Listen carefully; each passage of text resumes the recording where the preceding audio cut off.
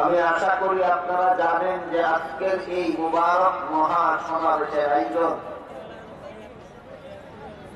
তনজিমুল মাদারিস কওমিয়া নরসিংদী অর্থাৎ নরসিংদী জেলা কওমি মাদ্রাসা সংগঠনের পক্ষ থেকে করা হয়। যেহেতু এটা একটা মাদ্রাসা সংগঠনের পক্ষ থেকে এই মহা সমাবেশের আয়োজন করা হয়েছে, তাই মাদ্রাসা শিক্ষার বৈশিষ্ট্য, বিশেষ করে কওমি মাদ্রাসার বৈশিষ্ট্য আপনাদের সামনে তুলে ধরার উদ্দেশ্যে আমি পবিত্র কালামে ছোট্ট একটি আয়াত এবং হযরত রাসূল কারীম সাল্লাল্লাহু আলাইহি ওয়াসাল্লামের দীর্ঘ হাদিসের একটু অংশ তিলাওয়াত।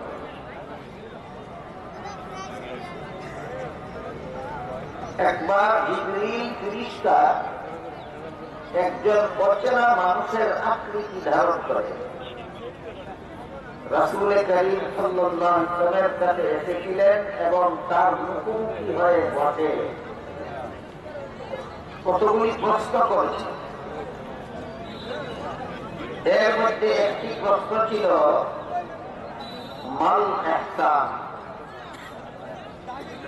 এর মর্ম হল নির্বেজাল ইবাদত করা। কোরআনের এক আয়াতে আল্লাহ বলেছেন ওয়া মা খালাকতুল জিন্না ওয়াল ইনসা ইল্লা লিয়াবুদুন। এর অর্থ হল মানব জাগতকে আমি শুধুমাত্র আমার ইবাদত করার জন্য সৃষ্টি করেছি। আল্লাহ আমাদের মানুষ রূপে সৃষ্টি করেছেন শুধু তার ইবাদত করার। কিন্তু আপনারা কি মনে করেন ইবাদতটা ভেজাল হওয়া দরকার না নির্ভেজাল হওয়া দরকার? ইবাদতটা নির্ভেজাল হওয়া। তাই উম্মতকে, নবীর উম্মতকে নির্ভেজাল ইবাদত শিক্ষা দেওয়ার জন্য আল্লাহর হুকুমে জিবরীল ফেরেশতা রাসূলকে জিজ্ঞেস করলেন নির্ভেজাল ইবাদত। জবাবে রাসূল কারীম সাল্লাল্লাহু আলাইহি ওয়াসাল্লাম বলেন আনতা আবুদাল্লাহ কাআন্নাকা তারাহু ফাইন লাম তাকুন তারাহু ফাইন্নাহু ইয়ারাক। এর মর্ম হল নির্ভেজাল ইবাদতের মূল কথা দুইটা। একটা হলো আল্লাহ সদা সর্বদা তোমার সামনে আছেন, আর একটা হলো তুমি সদা সর্বদা আল্লাহর সামনে আছেন। এই দুইটা মূল কথা হলো নির্ভেজাল ইবাদত। তবে আল্লাহ আমার সামনে আছেন দেখি না কেন, আর আমি যে আল্লাহর সামনে আছি আল্লাহ কি আমাকে দেখেন কিনা, এই দুইটা কথা একটু দেখতে হবে। পবিত্র কোরআনের এক আয়াতে আল্লাহ বলেন কুল্লিল্লাহিল মাশরিকু ওয়াল মাগরিব ফাআইনামা তুওয়াল্লু ফাসাম্মা ওয়াজহুল্লাহ। এর অর্থ হলো হে রাসূল কারীম সাল্লাল্লাহু আলাইহি ওয়াসাল্লাম, আপনি বলে দিন পূর্ব পশ্চিম উত্তর দক্ষিণ নির্বিশেষে সব দিকেই আল্লাহ। তুমি যেদিকেই ফিরবে সেদিকেই আল্লাহ। বলুন তো বুঝে থাকলে আমরা যেদিকেই ফিরি সেদিকেই আল্লাহ আছেন। এমন কোন দিক আছে কি যেদিকে আমরা ফিরলে সেদিকে আল্লাহ নাই? নাই। আল্লাহ বলেন ফাআইনামা তুওয়াল্লু ফাসাম্মা ওয়াজহুল্লাহ। তোমরা যেদিকেই ফিরো সেদিকে আল্লাহ। এভাবে যদি আল্লাহ পূর্ব পশ্চিম উত্তর দক্ষিণ নির্বিশেষে সব দিকেই থাকেন, যেদিকে আমি ফিরি সেদিকেই আল্লাহ থাকেন, তাহলে আমি আল্লাহকে দেখি। এই প্রশ্নের জবাবটা সর্বস্তরের মুসলমানের জানা থাকা দরকার। তার কারণ হল আল্লাহকে দেখার জন্য চোখে যে পরিমাণ পাওয়ার থাকা দরকার, সেই পরিমাণ পাওয়ার আল্লাহ দুনিয়ার জীবনে কোন মানুষের চোখে দেন না, ইচ্ছা করেই দেন। আল্লাহকে দেখার মতো যেটুকু পাওয়ারের দরকার আল্লাহ আমার চোখে দুনিয়াতে সেটুকু পাওয়ার দেননি, তাই বলে আমি আল্লাহকে দেখি। আল্লাহ আমার সামনে আছেন কিন্তু দেখি না, দেখার মতো পাওয়ার নেই। আবার প্রশ্ন জাগে তাহলে আল্লাহকে দেখার মতো পাওয়ার আল্লাহ আমাদের চোখে দেন না কেন? দিলেই তো দেখতাম, দিলেই দেখতাম, ইচ্ছা করেই দেন না। কেন দেন না? যদি আল্লাহ আমাদের চোখে দুনিয়াতে আল্লাহকে দেখার মতো পাওয়ার দিতেন, আর আল্লাহ অবশ্যই তখন আমরা আল্লাহকে দেখতাম, কিন্তু তখন আমাদের ইমানটাই গ্রহণযোগ্য হতো না। আল্লাহ দেখে ইমান আনলে ইমান কবুল হয় না, না দেখে ইমান আনলে ইমান কবুল হয়। বুঝে থাকতে বলুন তো, আল্লাহকে দেখার মতো পাওয়ার না দিয়ে আল্লাহ কি আমাদের বঞ্চিত করলেন, না ইমান কবুল হওয়ার ব্যবস্থা করলেন? এই কথাটা সব মুসলমানের জানলে তো আল্লাহ এত বড় মেহেরবানি শুকরিয়া দেয়। দুনিয়ার জীবনে আমার চোখে আল্লাহকে দেখার মতো পাওয়ার না দিয়ে আল্লাহ আমার ইমান কবুল হওয়ার ব্যবস্থা করেছেন, এটা জানলে তো এর শুকরিয়া আদায় করবে, না জানলে শুকরিয়া আদায় করবে। এই জন্য বলেছিলাম বিষয়টা সমস্ত মুসলমানের জানা দরকার। তবে পরকালে হাদিস শরীফে রাসূল করিম সাল্লাল্লাহু আলাইহি ওয়াসাল্লাম বলেছেন, কোরআনের আয়াতেও আল্লাহ বলেছেন, পরকালে মুমিন বান্দাদের চোখে আল্লাহকে দেখার মতো পাওয়ার দেওয়া হবে। তখন মুমিন বান্দারা পরকালে আল্লাহকে পূর্ণিমার চন্দ্রের চেয়েও আরো বেশি পরিষ্কার ভাবে দেখতে পাবে। কিন্তু দুনিয়াতে যেহেতু আমাদের চোখে আল্লাহকে দেখার মতো পাওয়ার আল্লাহ দেননি, তাই আমরা দুনিয়ার জীবনে চোখে আল্লাহকে দেখতে পাই। আল্লাহ আমার সামনে আছেন কিন্তু দেখতে পারি না কেন? দৃষ্টি শক্তির অভাব, দৃষ্টি শক্তির অভাব। এবার বলুন, রাসূল যে বলে দিলেন তুমিও সর্বদা আল্লাহর সামনে আছো, আমি যে সর্বদা আল্লাহর সামনে আছি, আল্লাহও কি দেখার জন্য কিছু অভাব আছে মনে করে? তাহলে আমি যে আল্লাহর সামনে আছি, আল্লাহ তো সদা সর্বদাই আমাকে দেখেন। আল্লাহ আমার সামনে আছেন, আমার দৃষ্টি শক্তির অভাবে দেখি না, কিন্তু আমি যে আল্লাহর সামনে আছি, আল্লাহ সর্বাবস্থায় আমাকে দেখেন। এই পার্থক্যটা বোঝাবার জন্য ওইখানে রাসূল বলেছেন কান্না কাটা, আর এখানে বলেছেন ফাকিন্নাহু ইয়ারা। এই লোক কান্না আর ফাকিন্নার পার্থক্য। ওলামায়ে কেরামের দৃষ্টি আকর্ষণ করলাম আপনাদেরকে, এই আরবি শব্দগুলি বোঝাবার দরকার। আল্লাহ আমার সামনে আছেন, এই ব্যাপারে রাসূল বলেছেন কান্না কাটা, আর আমি যে আল্লাহর সামনে আছি এই ব্যাপারে রাসূল বলেছেন ফাকিন্নাহু ইয়ারা, অবশ্যই আল্লাহ তোমাকে দেখেন।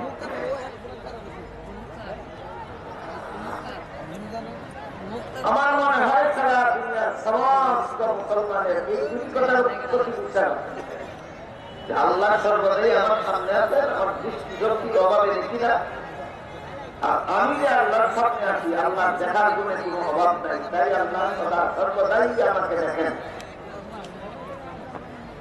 বুঝে থাকতে একটু দয়া করে বলবেন কি এই দুটি বিশ্বাস কি আমাদের সকলের অন্তরে আছে কি নাই? আছে। এবার বলুন,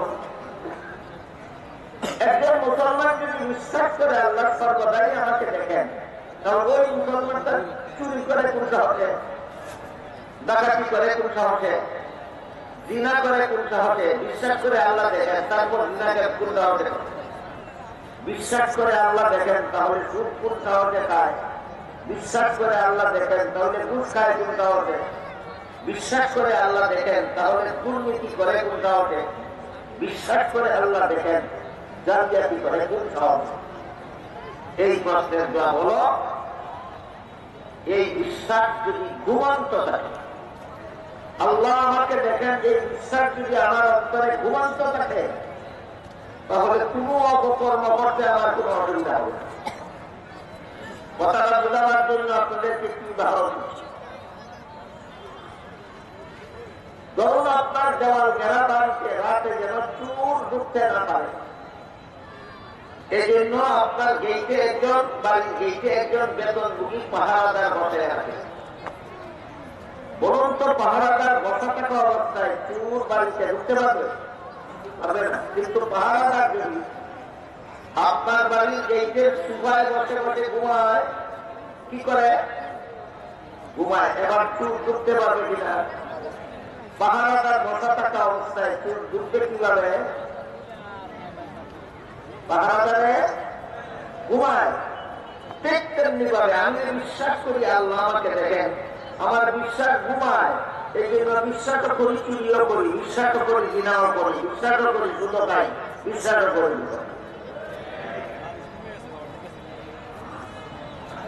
এই বিশ্বাস যতদিন ঘুমন্ত থাকে ততদিন তার ইবাদত নির্ভেজাল হবে না, সংসারের কাজ দুর্নীতি মুক্ত হবে না। আল্লাহ আমাকে দেখেন, এই বিশ্বাস যতদিন পর্যন্ত একজন মুসলমানের অন্তরে ঘুমিয়ে থাকে ততদিনের ইবাদত হবে তার ভেজাল, সংসারের কাজে হবে দুর্নীতি। এই কথাটা সমস্ত মুসলমানের জানা এবং জীবনভর মনে রাখা দরকার। আল্লাহ আমাকে দেখেন, এই বিশ্বাস যদি ঘুমন্ত থাকে তাহলে আমার ইবাদত হবে ভেজাল, আর সংসারের কাজে হবে দুর্নীতি।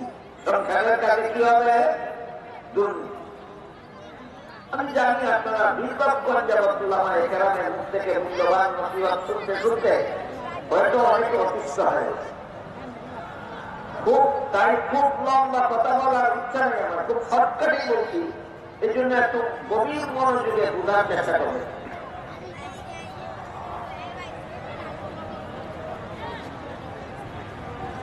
আল্লাহ আমাকে দেখেন, এই বিশ্বাস যদি আমার অন্তরে ঘুমন্ত থাকে তাহলে আমার ইবাদত কিভাবে ভেজাল হবে একটি উদাহরণ। আল্লাহ রাব্বুল আলামিন পবিত্র কোরআনের এক আয়াতে বলেন, কাদ আফলাহাল মুমিনুন আল্লাযীনা হুম ফি সালাতিহিম খাশিউন। ওই সমস্ত মুমিনগণ সফল যারা আল্লাহর ভয়ে ভীত হয়ে আল্লাহর ধ্যানে মগ্ন হয়ে নামাজ আদায় করে। বলেন তো, কার ধ্যানে মগ্ন হয়ে নামাজ আদায় করার কথা? আল্লাহর ধ্যানে মগ্ন হয়ে নামাজ আদায় করে। কিন্তু আমরা যখন নামাজ পড়ি অধিকাংশ সময় আল্লাহর ধ্যানে মগ্ন থাকি না সংসারের কল্পনা জল্পনায় মগ্ন থাকি? লজ্জার কোন কারণ নাই, আমার অন্তরে সংসারের কল্পনা জল্পনা। হাদিস শরীফে আল্লাহ রাসূল বলে দিয়েছেন, এই জল্পনা সংসারের কল্পনা জল্পনা মুসল্লির অন্তরে জাগ্রত করে দেয় শয়তান। শয়তান জাগ্রত করে দেয়। ইচ্ছা করে তো ওই কল্পনার দিকে যায় না, শয়তান আমার অন্তরে সংসারের কল্পনা জল্পনা জাগ্রত করে দেয়। এই কাজটা শয়তান করেই আমার নামাজটাকে ভেজাল করে। তাহলে আল্লাহর ধ্যানে মগ্ন হয়ে আমার নামাজ আদায় করার কথা, কিন্তু শয়তান যে আমার অন্তরে সংসারের কল্পনা কল্পনা জাগ্রত করে দিল, আমি যদি সেই কল্পনা নিয়েই নামাজ শেষ করি, আমার কথা বুঝে থাকতে বলুন, নামাজটা আমার বেজাল হলো না নামাজ বেজাল মিশ্রিত হয়ে গেল?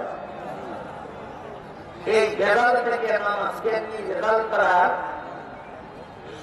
সবচেয়ে সহজ ব্যবস্থা হল, যখনই আমি লক্ষ্য করবো আমার নামাজের কল্পনা আমার আল্লাহর ধ্যানে নাই, আমার মন সংসারের কল্পনা কল্পনায় লিপ্ত হয়ে গেছে, তখনই আমি ধ্যান করবো আল্লাহ আমাকে দেখতেছেন।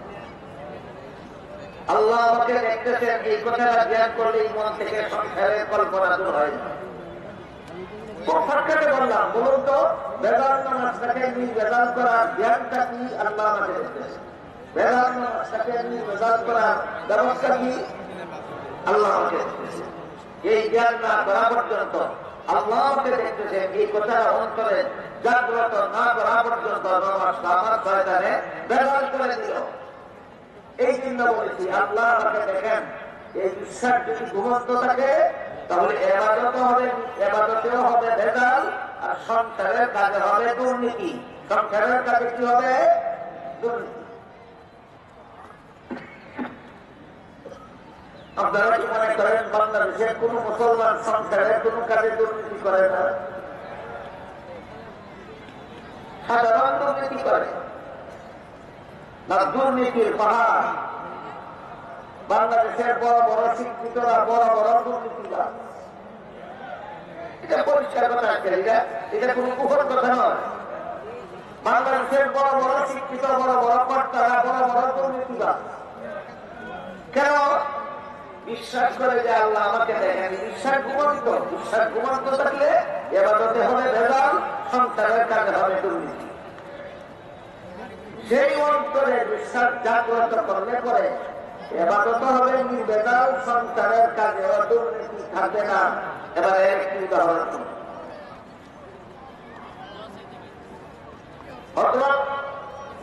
ইউসুফ আলাইহিস সালামের সাথে জিনা ব্যভিচার করার জন্য জুলাইখা একটা খাস কামরায় গেল।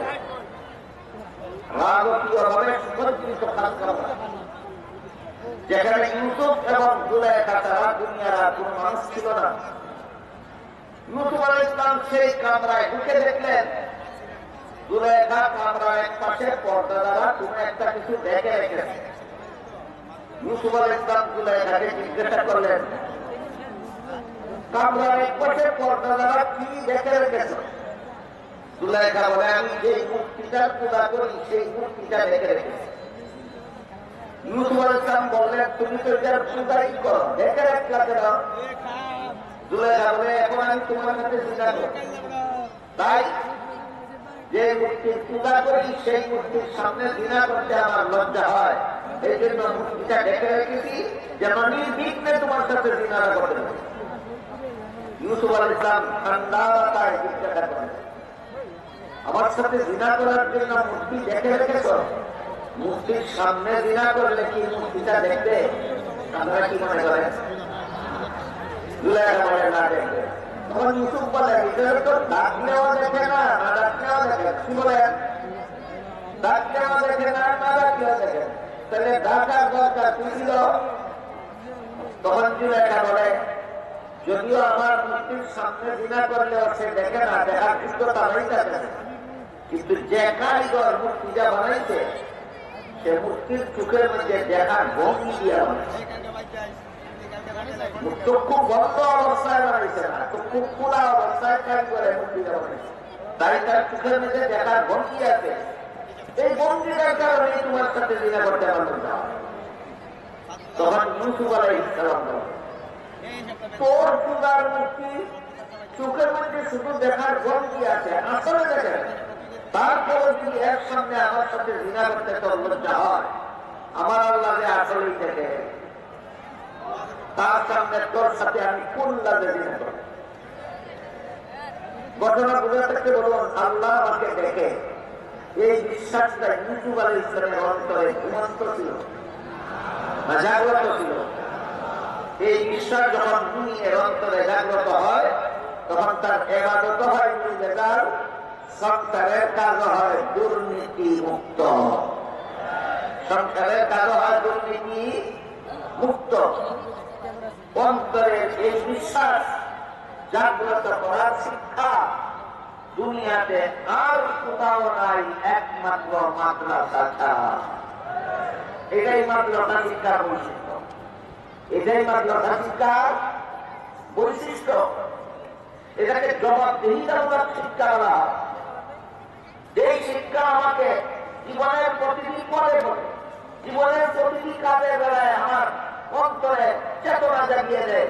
এই মুহূর্তে যে কাজটা করছো এই ব্যাপারে আল্লাহর কাছে কি জবাব দিবা, তারপরে মুহূর্তে যে কাজ করবা সেই ব্যাপারে আল্লাহকে দেখে তার কাছে কি জবাব দিবা, তারপরে যে কাজ করবা সেই ব্যাপারে আল্লাহকে দেখে তার কাছে কি জবাব দিবা। এই জবাবদিহিতামূলক শিক্ষা দুনিয়াতে আর কোন প্রতিষ্ঠানে নাই, একমাত্র মাদ্রাসা ছাড়া। ইউসুফ আলাইহিস সালামের ঘটনা শুনে কেউ হয়তো মনে মনে ভাবতে পারে যে ইউসুফ আলাইহিস সালাম একজন বিশিষ্ট নবী ছিলেন, তার মতো জাগ্রত ঈমান কি আমাদের মতো গুনাহগার উম্মতের হতে পারে? এমন একটা প্রশ্ন আপনাদের মনে রাখতে পারে। এই প্রশ্নটা শয়তানের ঢুকা ছাড়া। নবীদের কাহিনী শুনলে পরে শয়তান অনেকের মনে মধ্যে এই প্রতারণা সৃষ্টি করে তিনি একজন বিশিষ্ট নবী ছিলেন, তার মতো ফ্রেশ ম্যান, তার মতো তাজা ইমান, তার মতো শক্তিশালী ইমানের অধিকারী তো আমার মতো গুণাগার উন্নত হতে পারবো না। কারণ এই কাহিনী শুনে আমাদের কোনো লাভ নাই। এমন কল্পনা যদি কারো মনে জেগে থাকে, নিঃসন্দেহে বিশ্বাস করুন, এটা সব শয়তানের চক্রান্ত দ্বারা। কাজে আমরা শুধু যে মুমিন নন তাই নয়, বরং খুব উচ্চ শিক্ষিত নয়, ও একেবারে সাধারণ শিক্ষিত অথবা অশিক্ষিত মূর্খ একটা ছেলে ঘটনা বলবো, যার অন্তরে এই বিশ্বাস জাগ্রত ছিল যে আল্লাহ আমাকে দেখছেন, আল্লাহর কাছে ফিরত দিব, যে কারণে সে একটা বিশেষ একটা দুর্নীতির কাজে জড়িত হওয়ার সাহস করতে পারে। সেটা হলো হযরত উমর ফারুক রাদিয়াল্লাহু আনহুর যুগের একটি ঘটনা।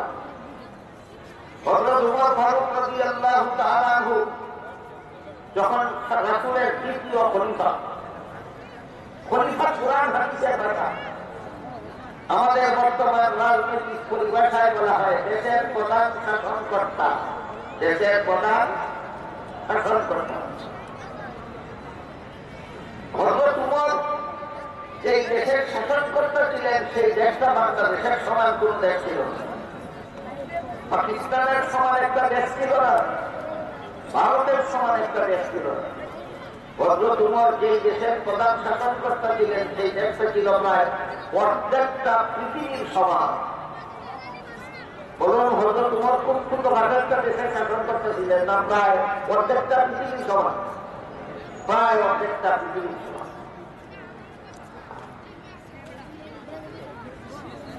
সেই খলিফা উমর একবার মরুভূমির রাস্তা দিয়ে যাচ্ছিলেন, সাথে খাওয়ার মতো কিছু নাই। অর্ধেকটা পৃথিবী তিনি শাসন করেন, তার সফরের সময় সাথে খাওয়ার মতো কিছু থাকে না কেন? কারণ খলিফা উমরের জীবন যেমন ছিল অকল্পনীয় সাদা সিধা, সাধারণ সাদা সিধা না, অকল্পনীয় সাদা সিধা। তাহলে এর একটা উদাহরণ আগেরটা উদাহরণ করুন। একবার খলিফা উমর দেশের জনগণকে মাথা পিছু একটি করে সরকারি চাদর বিনামূল্যে বিতরণ করলেন। জনগণকে মাথা পিছু কটা? একটা। তারপরে শুক্রবারে জুম্মার নামাজের খুতবা পড়ার জন্য খলিফা উমর যখন মিম্বরে দাঁড়ালেন, দেখা গেল খলিফা উমরের গায়ে সরকারি চাদর দুইটা, একটা নিম্নাঙ্গে করেছেন, একটা উত্তাঙ্গে করেছেন।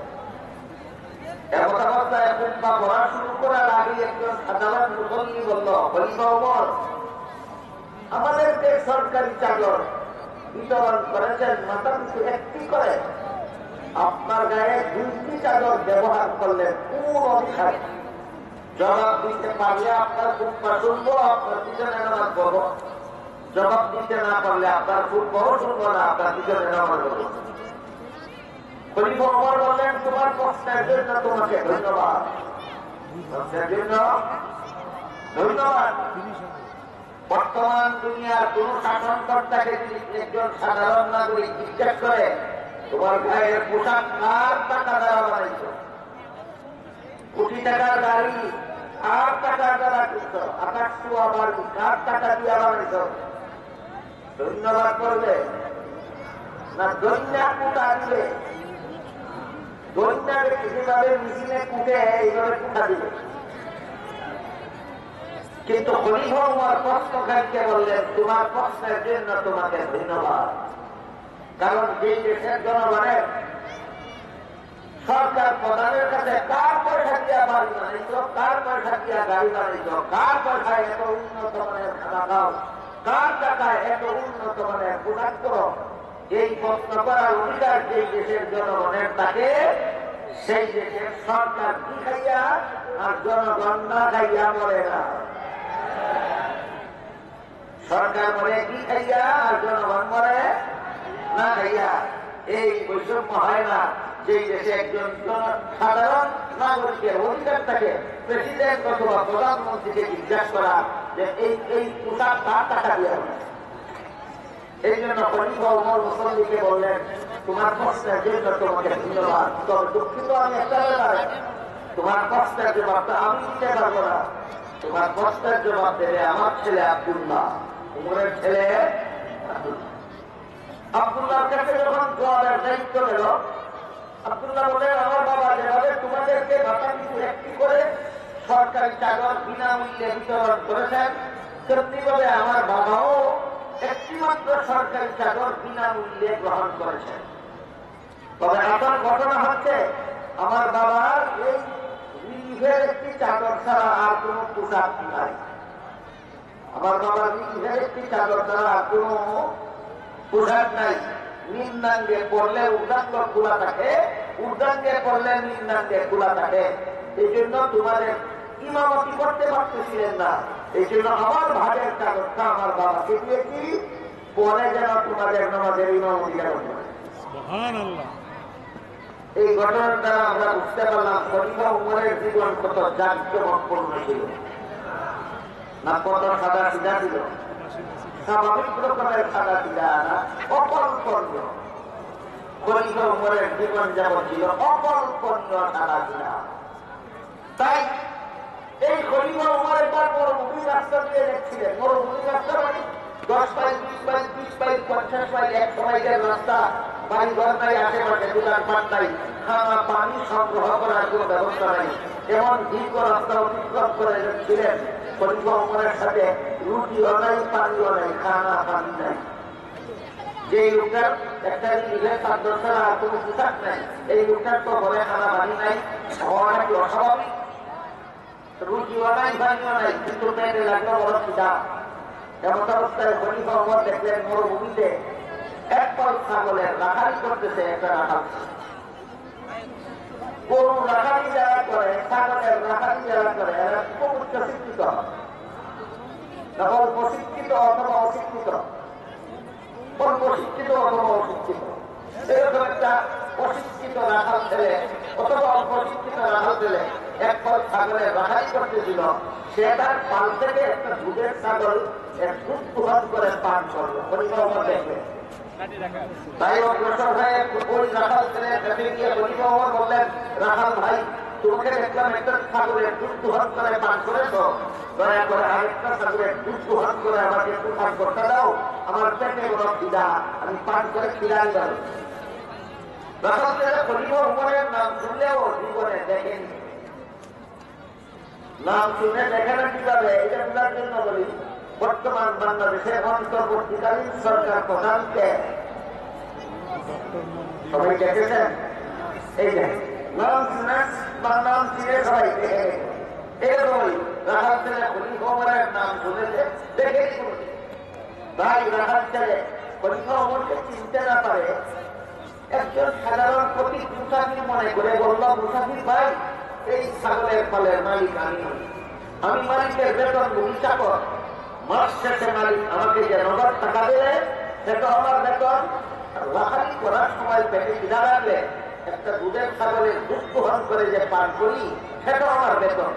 তুমি যেহেতু আমার মালিকের বেতন ভূমি চাকর না, কাজী মালিকের অনুমতি ছাড়া আমি তোমাকে 1 ফোঁটা দুধ দিতে পারব না। রাখাল ছেলের জবাবে খলিফা উমরের পেটে খিদা গেল না রইল, কিন্তু এতে তিনি দুঃখিত হলেন। তিনি ভাবলেন, আমার পেটে খিদা গেলে গেল না গেলে নাই, আমার দেশের একটা অশিক্ষিত রাখাল ছেলে সে যে এত বড় আমানতদার, মালিকের অনুমতি ছাড়া মালিকের মাল কাউকে দেয় না, এতেই আমার আত্মাটা তুষ্ট। এখানে প্রসঙ্গ একটা কথা বলতে, বাংলাদেশের যত সম্পদ আছে, যত সম্পদ, বাংলাদেশের যত সম্পদ আছে, নগদ টাকা বলেন, সোনা রূপা বলেন, এরপরে ফসল বলেন, জমি জমা বলেন, যা কিছু বলেন, এগুলির মালিক সরকার না মালিক জনগণ? সারা পৃথিবীর সব দেশের সমস্ত সম্পদের মালিক জনগণ, সরকার শুধু সুষ্ঠু বন্টনের দায়িত্বশীল। বুঝে থাকতে বলেন, কোন দেশের সম্পদের মালিককে জনগণ, বন্টনের দায়িত্বশীলকে সরকার। সরকার হল সুষ্ঠুভাবে বন্টন করে দেওয়ার দায়িত্বশীল।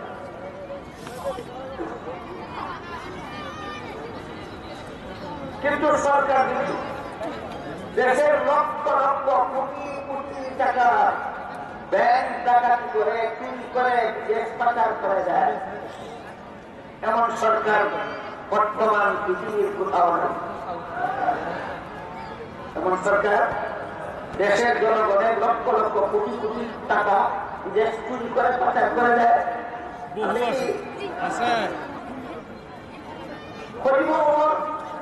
দেশের অশিক্ষিত রাখালে বলে মালিকের মাল আমি তার অনুমতি ছাড়া এক ফুটাও দিতে পারবো না, এক ফুটাও দিতে পারবো না। এই অশিক্ষিত রাখাল ছেলে।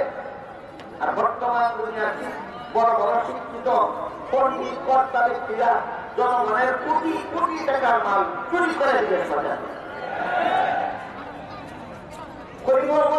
আমার দেশের একটা অশিক্ষিত রাখাল ছেলে যে এত বড় আমানতদার, তাতে আমার টাকা তুষ্ট, আমার পেটে খিদা গেলে গেল না গেলে নাই। কিন্তু রাখাল ছেলে বাস্তবিকই মালিকের অনুমতি না থাকার কারণে দিল না, নাকি আমাকে ফাঁকি দেওয়ার জন্য একটা ভৌতা করলো, ভৌতাবাদী করলো আমার সাথে, তাকে পরীক্ষা করতে। তাই পরীক্ষা রাখাল ছেলের বাস্তব অবস্থা পরীক্ষা করার জন্য এবার তাকে আপনারা শুনে মনে মনে ভাবতেন না যে রাখাল ছেলেকে কুকুর দিলে কিভাবে বাস্তবায়নের জন্য কুকুর দিলেন না পরীক্ষা করার জন্য। হ্যাঁ, রাখাল ছেলে পরীক্ষা করার জন্য কয়েকটা কুকুর দিলেন। সর্বপ্রথম কুকুর দিলেন, ঠিক আছে রাখাল তাই তুমি যদি একটা ছাগলের দুধ আমাকে বিনামূল্যে না দাও, তাহলে একটা দুধের ছাগল আমার কাছে উচিত মূল্যে বিক্রি করে দেব। এতে তোমার একটা উপকার হবে, আমার একটা উপকার হবে। আমার উপকার এই হবে যে এক্ষুনি আমি ছাগলটা কিনে নিয়ে তার দুধ দোহন করে পান করবো, আমার পেটে খিদা নিবারণ হবে। আর তোমার উপকার এই হবে, তোমাকে মালিক যত টাকা বেতন দেয়, আর এর অতিরিক্ত তুমি একটা ছাগলের মূল্য পাইলা, এটা তোমার উপকার। মালিকের দেওয়া বেতনের অতিরিক্ত একটা ছাগলের মূল্য রাখাল ছেলে খাবে, এটা রাখাল ছেলের উপকার। এই কথা বলা মাত্র রাখাল ছেলে সে তো পরিবার মর্জি না, বলে মুসাফির ভাই তোমার কথা মতো একটা ছাগল যদি তোমার কাছে বিক্রি করে পয়সাটা আমি আত্মসাৎ করে দিই। একটা ছাগলের মূল্য বর্তমান বাংলাদেশে একটা ছাগলের মূল্য বেশি থেকে বেশি কত হবে? বেশি থেকে বেশি হ্যাঁ একটা ছাগলের মূল্য দুধের ছাগল 20,000 হবে। 10,000 টাকা মূল্যের একটা দুধের ছাগল এই রাখাল ছেলে কাছে প্রস্তাব করলেন, এই 10,000 টাকা তোমার বেতনের অতিরিক্ত পাইবা যদি আমার কাছে বিক্রি করে। রাখাল ছেলে বললো মুসাফির ভাই তোমার কথা মতো একটা ছাগল তোমার কাছে তখনকার মূল্যে যতটুকু বিক্রি করে পয়সাটা যদি আমি আত্মসাৎ করে দিই, মালিকে যখন শুনে দেখবে পালে দুধের ছাগল একটা কম, তখন তো আমাকে জিজ্ঞেস করবে ছাগল একটা কম কেন, তখন আমি মালিককে দিবেন।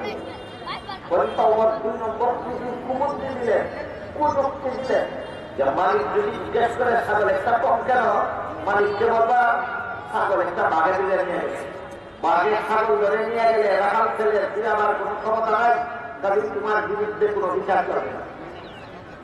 এই কুবুদ্ধি দেওয়ার সাথে সাথে রাখাল ছেলে খলিফা উমরের বিরুদ্ধে দারুণ ভাবে খেপে গেল। তারা আমার একটা কথা শুনে যা, আমার বিরুদ্ধে মালিকের বিচার দায়ের করবে না, আমি মালিকের বিশ্বস্ত চাকর। আমি যদি মালিককে বলি ছাগল একটা বাঘে তুলে নিয়ে গেছে, শতকরা 100 আমাকে বিশ্বাস করবে, আর কোন পরিচয় দেবে না। কিন্তু তুই বল শেষ বিচারের দিন আল্লাহ যখন জিজ্ঞাসা করবেন মালিকের ছাগলটা কি করছিলি, তখন কি করবি? বুঝে থাকতে বলুন খলিফা উমরের দেশে অশিক্ষিত রাখাল ছেলে অন্তরে আল্লাহ আমাকে দেখেন। এই কথাটা যতটুকু জাগ্রত ছিল বর্তমান সমাজের বড় বড় শিক্ষিত পণ্ডিতের অন্তরেও কি ততটুকু জাগ্রত আছে? কেন নাই? এই কথাটা বলে এই কথা দেখুন। আমাদের দেশে যারা বড় বড় শিক্ষিত পণ্ডিত হয়, কবি সাহিত্যিক হয়, যারা বড় বড় শিক্ষাজীবী বুদ্ধিজীবী হয়, যারা বড় বড় নেতা হয়, যারা বড় বড় কর্তা হয়, যারা বড় বড় এমপি হয়, মন্ত্রী হয়, প্রেসিডেন্ট হয়, এরা যেসব শিক্ষা প্রতিষ্ঠানে লেখা হয় এগুলির নাম স্কুল, কলেজ, ভার্সিটি। এগুলির নাম স্কুল, কলেজ, ভার্সিটি। আমার জানা মতো বর্তমান বাংলাদেশে কোন প্রাইমারি স্কুল, কোন হাই স্কুল, কোন কলেজ, কোন ভার্সিটিতে মুসলমান ছাত্র ছাত্রীদেরকে আমি যদি অপকর্ম করি, শেখ হিসাবে দিন আল্লাহর কাছে কিতাব দেব, এই শিক্ষার লেশ মাত্র নয়। এই শিক্ষার লেশ মাত্র নয়। এই জন্য এরা যে সমস্ত শিক্ষা প্রতিষ্ঠানে লেখাপড়া করে, এই সমস্ত শিক্ষা প্রতিষ্ঠানের শিক্ষা জবাবদিহিতামূলক শিক্ষা নয়, এগুলি হল মারো খাও এর শিক্ষা। একমাত্র জবাবদিহিতামূলক শিক্ষা আছে মাদ্রাসায়।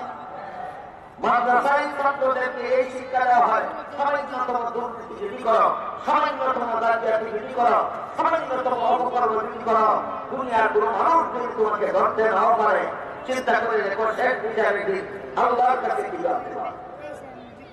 এই কারণে মাদ্রাসা শিক্ষার যে আলাদা একটা বৈশিষ্ট্য আছে, জগৎগুলা সমস্ত শিক্ষার উপর এই বৈশিষ্ট্যটাই আমার মনে হয় যে মাদ্রাসা শিক্ষা বোর্ডের সম্মেলন থেকে এই কথাটাই আমাদের সকলের অন্তরে নিয়ে বাড়ি যাওয়া দরকার।